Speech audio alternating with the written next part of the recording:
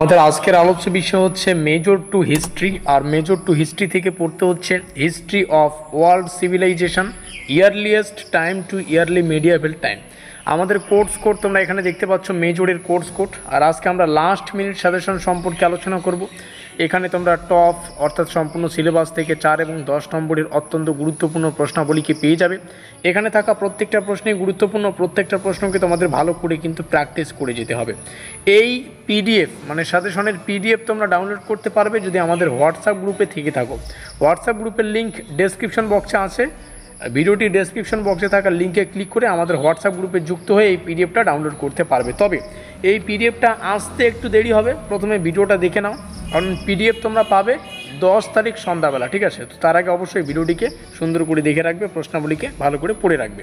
দেখে নিচ্ছি প্রত্যেকটা প্রশ্ন। প্রাচীন গ্রীসে পলিশ বা নগররাষ্ট্রের গঠন ও বৈশিষ্ট্য, তারপরে হচ্ছে অ্যাথেনিয়ার গণতন্ত্রের বা অ্যাথেন্সের এরকম আসতে পারে গণতন্ত্রের বৈশিষ্ট্যগুলি কী কী, এটি কতটা কার্যকর ছিল, স্পার্টা ও অ্যাথেন্সের মধ্যে সংঘর্ষের পিছনের মূল কারণগুলি।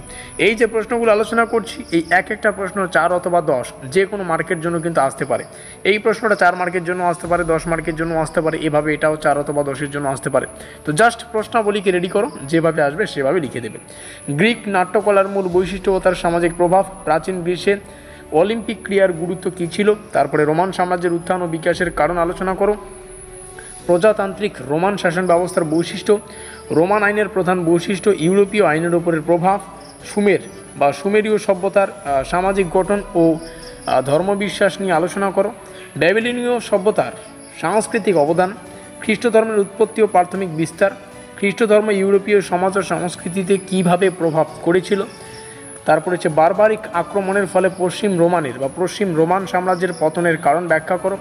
ইসলামের উৎপত্তি ও তার পেছনের গুরুত্ব, আরব সভ্যতার জ্ঞান বিজ্ঞানী অবদান, তারপরে হচ্ছে ক্রুসেডের কারণ ও ইউরোপ ও ইসলামিক জগতের প্রভাব। আমরা নিচে আসবো, পরবর্তী প্রশ্ন দেখে নেব।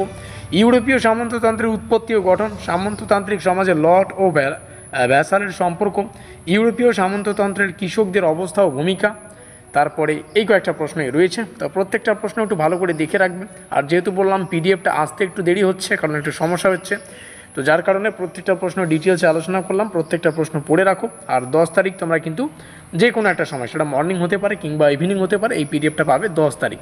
তো তার আগে অবশ্যই হোয়াটসঅ্যাপ গ্রুপে যুক্ত থাকবে। তোমরা ডাইরেক্টলি কিন্তু পিডিএফটা আমাদের হোয়াটসঅ্যাপ গ্রুপে 10 তারিখে পেয়ে যাচ্ছ। তার আগে প্রশ্নাবলীকে দেখে নিয়েছো, বুদ্ধিমানের কাজ করেছো। মিলতে হয় পরের কোনো সাজেশনমূলক ক্লাসে।